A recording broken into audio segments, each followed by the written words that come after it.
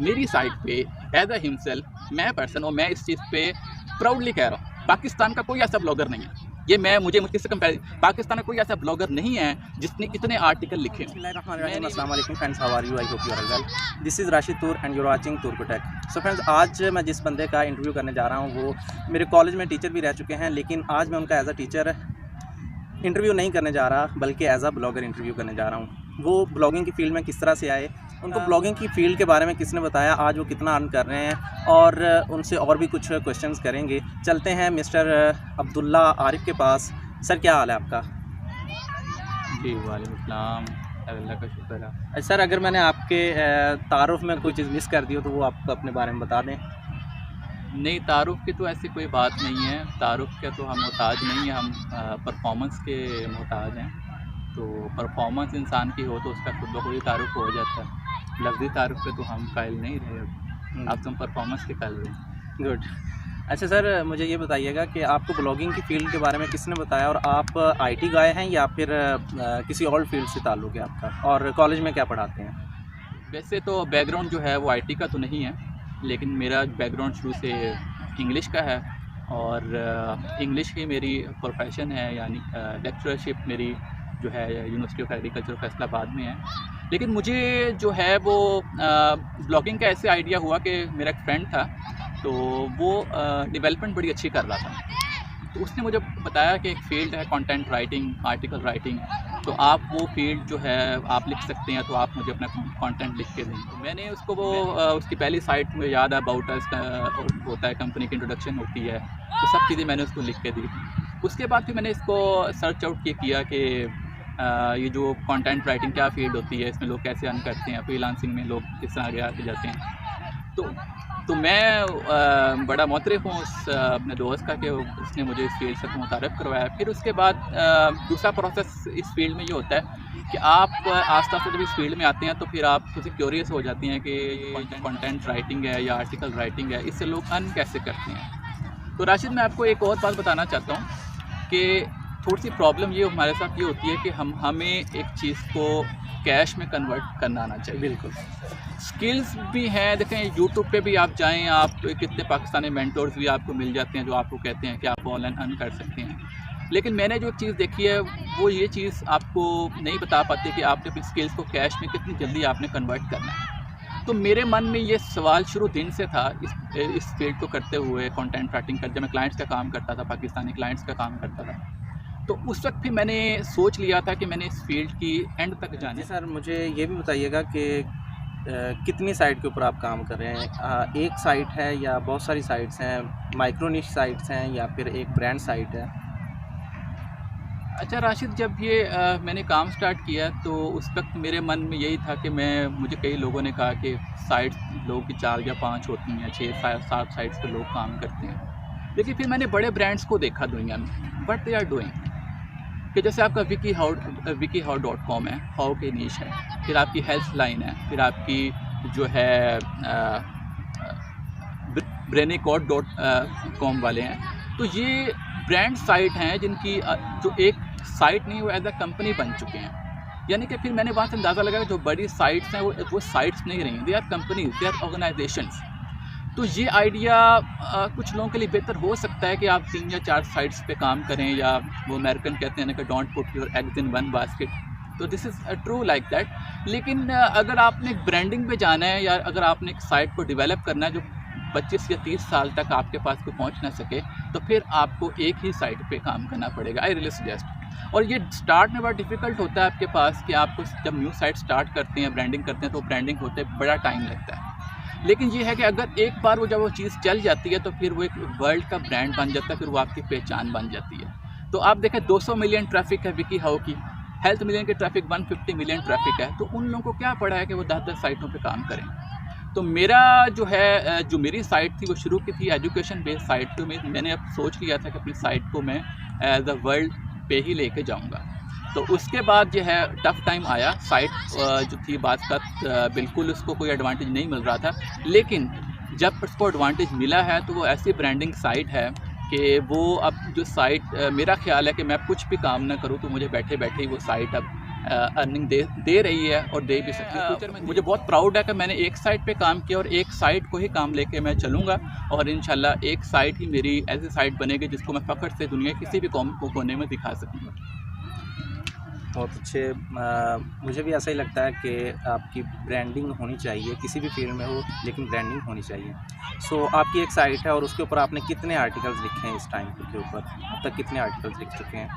वैसे राशिद, ये कभी आपको यकीन नहीं आएगा, इट इज़ वेरी मेरा ख्याल है कि बड़ी ये हैरानकुन बात है। शायद मेरी साइट पे एज अ हिमसेल्फ मैं पर्सन, और मैं इस चीज़ पे प्राउडली कह रहा हूँ, पाकिस्तान का कोई ऐसा ब्लॉगर नहीं है, ये मुझे किससे कंपेयर, पाकिस्तान का कोई ऐसा ब्लॉगर नहीं है जिसने इतने आर्टिकल लिखे हों। मेरी साइट पे इस टाइम 41,000 आर्टिकल है और 41,000 आर्टिकल मेरे हैंडमेड लिखे हुए हैं क्योंकि मेरी फील्ड इंग्लिश है। और ये बात जब मैं किसी भी बड़े मेंटोर को बताता हूँ तो वो इस चीज़ बिलीव नहीं करता। तो 41,000 आर्टिकल इस टाइम मेरी साइट पे पब्लिश हैं, वो इंडेक्स्ड हैं, और इसी वजह से मुझे कोई ज़रूरत नहीं है कि मैं किसी दूसरी साइट पे जाऊँ। इस वजह से जो है और मेरा क्योंकि 41,000 आर्टिकल मैंने क्यों डाले, मेरा ख्वाब था कि मैं 1 लाख आर्टिकल डालूँगा। तो अभी कहते हैं खूब से खूबतर की जुस्तजू कहाँ, अभी जो है ना मंजिल अचीव करने वाली है। अभी जो है मंजिल जो है अभी रुके नहीं है, अभी मंजिल पे कारवां जारी है, लेकिन जब तक 1 लाख माइलस्टोन नहीं होगा तो मैं ऐसे ही काम करता रहूँगा। 41,000 आर्टिकल्स एक साइट के ऊपर लिखना कोई बहुत आसान काम नहीं है, और एक बंदे के लिए, वन मैन आर्मी के लिए। सो मैं भी एक अपनी साइट बना के पहले दिनों में मैंने अपनी वेबसाइट के ऊपर तकरीबन 5 या 10 आर्टिकल्स पब्लिश किए थे, और मैं रो रहा था कि मेरी साइट रैंक नहीं हो रही, और आप भी हो सकता है इस तरह से ही करते हो। तो आर्टिकल लिखना ज़रूरी है। आपने बताया कि आपने 41,000 आर्टिकल लिखे हैं, तो आप कितना टाइम देते हैं डेली का अपनी साइट पर? बेसिकली राशिद, आप मेरे स्टूडेंट भी रहे हो, तो मैं यूनिवर्सिटी ऑफ एग्रीकल्चर में एज इंग्लिश लेक्चरर भी हूँ, और कुछ जॉब के जो हैं आपको पता रिस्पॉन्सिबिलिटीज़ भी होती हैं, उसको भी एक अदा करना होता है। लेकिन कोरोना की वजह से मैं कहता हूँ मुझे बड़ी ब्लेस फील किया है, क्योंकि मुझे कोरोना का जब से इशू आया है तो मुझे बहुत ज़्यादा टाइम मिला है इस लेक्चर पे काम करने का। और इसकी टाइमिंग, जब आपका शौक होता है तो फिर इसमें आप घंटे नहीं गिनते। हमारे उस्ताद ने कहा था कि ਜਦੋਂ किसी काम करने लग जाओ फिर कड़ी गल ना देखो। तो ये अनलिमिटेड है। मेरा ख्याल है कि रात के 2 या 3 तो मेरा मामूल है कि 3 बजे से पहले मुझे जो है वो मैं वेबसाइट पे बैठा होता हूँ। और क्यों? जब तक वो आपका माइलस्टोन का पता है, माई माइलस्टोन इज़ 1 लाख आर्टिकल, तो तब तक जो है उसमें कोई टाइमिंग का हिसाब नहीं, जैसे मोहब्बतों का हिसाब नहीं है, इस तरह मेरा भी लैपटॉप, मेरी वेबसाइट, तो मेरा उसका भी कोई हिसाब नहीं है। तो अनलिमिटेड मेरा ख्याल है कि अगर आप ऐसे मैथमेटिकल पूछें तो 12 या 13 घंटे तो कहीं नहीं गए एक दिन के। अच्छा, आप अपनी अर्निंग के बारे में बता दें कि कितनी अर्निंग कर रहे हैं इस टाइम के ऊपर आप? मेरी इस टाइम साइट जो है $1,000 मुझे एडसेंस से देती है, और $400 या $500 मेरे पास लोग गेस्ट पोस्टिंग के लिंक लेते हैं, यानी कि महीने में कोई, और मेरा एक लिंक लगाने का, साइट पे लगाने का $100 मैं चार्ज करता हूँ। और मुझे जितने भी लोग मुझे कांटेक्ट करते हैं, मुझे बाहर से लोग कांटेक्ट करते हैं, क्योंकि मेरी वेबसाइट की जो अथॉरिटी भी इस टाइम 70+ हो चुकी है। तो अब आर्टिकल इतना ज़्यादा है कि जब लोगों ने मेरी साइट पे गेस्ट पोस्ट लेना होता है तो ज़ाहिर बात है उनकी कैटेगरी का आर्टिकल पड़ा होता है। तो उसकी वो जो मुझे फ़ायदा ये हुआ कि जो जब लोग गेस्ट पोस्ट करने आते हैं तो उनके पास हर किस्म का आर्टिकल साइट पे मिल जाता है। तो ग्राउंड बटा पूछो तो मेरे ख्याल में इस टाइम $1,300 या $1,400 पे खड़ा हूँ। आपने बताया कि $1,000 आप कमा रहे हैं, तो इस लेवल तक पहुंचने में आपको कितना टाइम लगा? मींस आप कब से आपने स्टार्ट की थी साइट, और आज तक आपको $1,000 पर मंथ मिलना स्टार्ट हो गया? राशिद, टू बी ऑनेस्ट कि जब भी इंसान कोई काम स्टार्ट करता है ना, तो इस पर कोई शर्म नहीं होनी चाहिए। यानी कि आप हर जो भी एक्सपर्ट होता है वो ज़ीरो से स्टार्ट करता है, लेकिन वेबसाइट बनाए हुए मुझे कम से कम 4था साल जा रहा है। तो 4था साल मुझे जा रहा है, तो फिर उसके बाद मुझे एग्रीकल्चर यूनिवर्सिटी में जॉब मिल गई, तो वो आप 6 महीने साल निकाल दें, मैंने वेबसाइट पे काम नहीं किया। लेकिन ये है कि अगर आप पूछें कितना अर्सा, जब मैंने कोरोना का जब इशू आया तो जब मैंने उस पर एग्जैक्ट काम करना शुरू किया, जो मैंने सीखा, जो अपने एक्सपीरियंस को मैंने यूटिलाइज़ करना शुरू किया, फिर मुझे फ़ायदा हुआ। और साइट से अर्निंग करना कोई 1 नाइट का गेम नहीं है। इन्होंने जो अपना माइलस्टोन अचीव किया है, ये 2 साल 2.5 साल के अरसे में किया है। अगर आप कहें कि मैंने आज साइट बनाई है और कल रैंक हो जाएगी, परसों मेरे पास डॉलर्स आना स्टार्ट हो जाएंगे, ये इम्पॉसिबल है। ठीक है, आपको टाइम चाहिए और जैसे सर ने कहा कि आप अपनी स्ट्रेटजीज़ को लगाते हुए शर्माएं नहीं, झिझकें नहीं, यूट्यूब से लर्न करें, गूगल से लर्न करें हैं। और मैं यही सोच रहा था कि अभी तक शायरी क्यों नहीं आई, क्योंकि सर के जो स्टूडेंट्स हैं वो अक्सर क्लासेस में शायरी सुनते हैं और इन्जॉय करते हैं। तो नेक्स्ट मेरा क्वेश्चन ये है कि अगर आप अपनी साइट रिवील करना चाहते हैं तो प्लीज़ बता दीजिए, अगर नहीं तो कोई इशू नहीं है।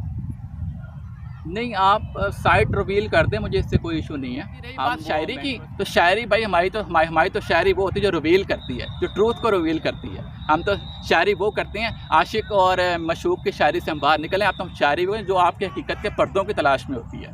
तो अब मेरी शायरी, पहले तो आपको पता है जब हम पढ़ते थे तो रोमांटिक शायरी थी, उधर ही पता क्लास में बड़ी रोमांटिक शायरी थी और लाइक दैट हम क्लास में सेशन हुआ करता था तो बड़ी शायरी की करते थे। लेकिन वक्त के साथ साथ जब वो कोरोना की वजह से जब क्लासेस तो हुई नहीं, ऑनलाइन हुई, तो उसके बाद हमारी शायरी ऐसे होने लग गई कि वो एक शायरी चेंज हो गई। हाँ, शायरी चेंज नहीं हुई, लेकिन यह शायरी का थोड़ा रुझान चेंज कर लिया।